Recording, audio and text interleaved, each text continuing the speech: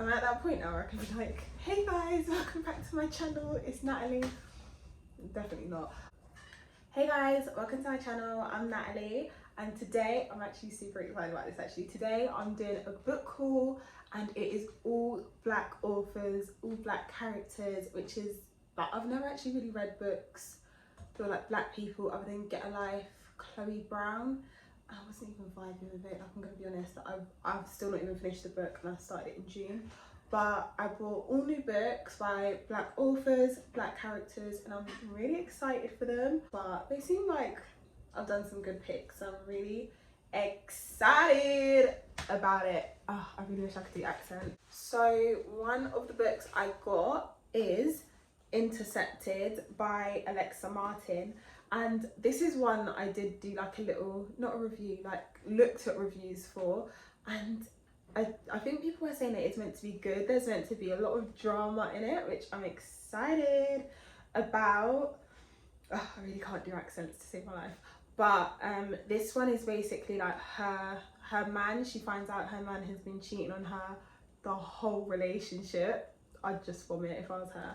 But her man's been cheating on her the whole relationship. She finds out and she swears that she will never be with another athlete again. And you know, in a romance book, when they're like, I'll never be with this type of person again, it just means they're about to fall in love with that type of person, but they're going to be on the other side of the spectrum of what the last person was like. I don't know if that makes sense, but that makes sense in my head anyway. But yeah, she does that. So she ends up with her ex's teammate, and I think the drama is between all the other wags, because I don't think they liked her in the jump, and I don't think they like her when she's with like the other guy as well. But I think that's where like all the drama will come in, and that's literally because it does actually say in the blurb. So Gavin fights to show Marley he's nothing like her ex. Not everyone is ready to let her escape her past. The team's wives who never led the welcome wagon are not happy with Marley's return. They have only one thing on their minds, taking her down. But when the gossip makes Marley public enemy number one, she worries about more than just her reputation. Between their own fumbles and the wicked wives, it will take a Hail Mary for Marley and Gavin's relationship to survive the season. I'm excited for this one. Like, I feel like this is a type of book that I would just read on a whole. So yeah, whoa, I'm so excited for this. I've just come onto like one of the pages, like, this stupid son of a bitch doesn't give you a ring soon, I will. Raw. Intense. Okay, this one I'm super excited about this one, and it is Fake It Till You Bake It, and I'm really excited about this one because it's a fake dating trope, and I love books where it's fake dating. Like, I don't know what it is about fake dating, but it really just has my heart. I think it's meant to be dual perspective as well. I love getting two points of views. I like to know that where the girl's mind is at is where the guy's mind is at as well. Like, I just love that so much, so I'm really excited about this one. Jada is being cancelled by the internet or whatever because she rejected a proposal on a reality TV show, and then the guy that owns the bakery, I think the bakery's like not really doing well, I think it's kind of failing, but he's a American football player anyway, so it doesn't matter, because I'm assuming he still has money, like I'm sure they get coin. So yeah, so she ends up working in his bakery. So a reporter misinterprets their relationship, thinks they're together but they're not, but they both see like how beneficial it could be for one, the business, and two, to like help her reputation get back if they do actually fake date, act like they're together. So that's where it comes down to. I'm really excited for this one. I think they were saying as well that it was meant to be like a one-time hookup. No, I think Intercepted was meant to be like a one-time hookup and they fall in love, or it's this one, I'm not sure which one it is, but that's the vibe in one of them books. But I'm really excited for this one, like fake dating trope.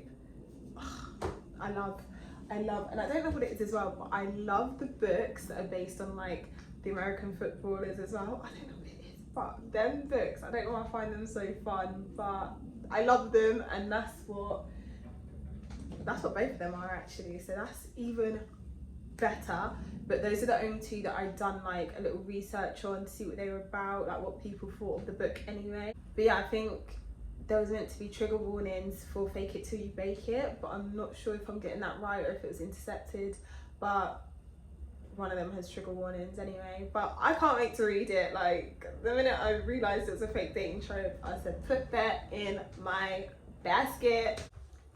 So going away completely from like romance books, I've got Small Island, which is by Andrea Levi. I don't know how you say it, but this one, and I'm actually quite excited about this one. So this has taken us way back in the day after World War II, when England was relying on everyone else to kind of come over and save their country. So the woman, whose name is not Gilbert, Hortense, she was waiting to come to England and join in, for life would be so great, and then she gets here, and then obviously it's not faced with like racism and stuff like that. So I'm really excited about reading this. And then as well, she finds out that her husband isn't the guy that she thought he was the whole time as well. There's another woman called Queenie, and she was like taking in like Jamaicans, and her neighbours weren't happy about that because they had to live beside black people, which wasn't a vibe for them. I'm saying wasn't a vibe, like it's like normal, you know what I mean? But like, I feel like that's like reading into like what your grandparents' life was coming over, like with like Windrush and stuff like that. So I'm really excited to that. I feel like I'm learning history with that book. This Girl, Woman, Other by I done like a little chrome type French tip vibe because I just didn't know what else to do. So whenever I don't know what to do, I just end up painting like a French tip. But anyway, Girl, Woman, Other by Bernardine Evaristo, and I'm excited for this. The cover is beautiful, but this is like 12 characters that you follow, and like their lives end up intertwining somehow. And it's just about like Black Brit. The blurb says, this is Britain as you've never read it, Britain as it's never been told, from the top of the country to the bottom, across more than a century of change and growth and struggle and life. Girl, Woman, Other follows 12 very different characters on an entwined journey of discovery. It is future, it is past, it is fiction, it is history. It is a novel about who we are now. So I'm actually really excited about this one, and the blurb actually gives nothing away about what it is that I'm going to be reading. So I'm really excited to read this one and see like what all them like 12 characters stories are about. So this next one is The Hookup Plan by Farah Rochon. And this is an enemies to lovers. So you've got the girl who, her name's London. She's a successful pediatric surgeon, and she wants to like de-stress, so she's looking for a quick hookup. She ends up doing it with someone like from her high school reunion that's a millionaire now, that she went to school with. High school reunion, obviously she went to school with him. And they're enemies, so I'm excited to find out the backstory behind them being enemies. It says, now London is certain the road to hell is paved with good sex because she's found out the real reason Drew's back in Austin to decide whether her beloved hospital remains open. Worse, Drew is doing everything he can to show her that he's a decent guy who actually cares. But London's not falling for it, because while sleeping with the enemy is one thing, falling for him is definitely not part of the plan. So you know she's gonna fall for him. I don't know. Why are there so much planes taking off today? I'm really, really excited to read that one, especially the fact that it's enemies to lovers. Like, I do love a little enemies to lovers trope as well. Fake dating is still my number one, but enemies to lovers is my number two, and then like Grumpy Meets Sunshine is my number three. I didn't actually read anything on that, but I can imagine it's going to be like a steamy book if they're constantly hooking up. Last two now. I also got Excuse Me While I Ugly Cry, and I'm so sorry, but with this one, I think the girl in the animation is so pretty. I think she's so pretty, like what a lovely little illustration, right? But Excuse Me While I Ugly Cry by Joya Goffney. Why is this dirty? But it says it's a sweet romantic debut that celebrates the joy of being your authentic self. So the part that like got me like interested was the little list on the back, and it's like Quinn Jackson is 1 black, 18 vegetarian, a chronic list maker, crushing on Carter Bennett, socially awkward, living a lie. This is where it gets juicy. Living a lie, lost without her journal, being blackmailed, and about to face her truth. So from where it gets to like living a lie up until number 10, about to face her truth, that is a part that intrigues me the most, because I don't know anything about the book. Like, it'd be a total surprise reading this, but from that I just feel like as if like she's wrote down a whole load of like things, like a burn book in her journal. Someone's got it and is blackmailing her with it, so now she has to like, I don't know, but it does say as well, passionate, heartfelt and addictive rom-com full of juicy secrets and leap off the page chemistry about having the courage to be honest, to live in the moment and to fall in love. I feel like even this doesn't really give away much of what's going to happen in the book, but hopefully it's a good one. I've seen people read it, but I've never seen what they thought of it, so again, that is another one where it's going in blind. Hope I like it, and hope it's my type of book. I'm hoping though that it's not cringy, because hearing like is 18 makes me feel like it's a young adult, and I don't like young adult books. Like, last book, and this book, I love the cover. Shall I actually say, like, the cover is so beautiful, but by Renee Watson, Love is a Revolution. But the thing that's honestly I've been stuck on since it arrived is this part on the back when it says, when Nala reluctantly goes to an open mic night for her cousin, sister, friend. What is a cousin, sister, friend? Like, does that mean that like her mum slept with her uncle and now her cousin's also her sister? Because that's different. Yeah, apart from that, she's at a birthday party and she finds herself falling in instant love with Ty Brown, the MC. Ty's perfect, except he's an activist.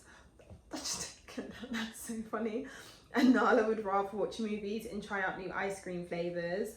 So in order to impress Ty, Nala tells a few tiny lies to have things in common with him. But as they spend more time together, those lies become harder to keep up.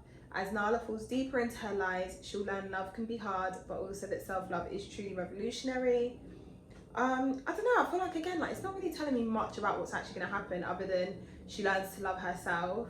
But I'm really excited to see, like, what are the lies that she's done? How did she get caught up in the lies? Like, where did she fail to keep up with her lie? I'm really excited for that.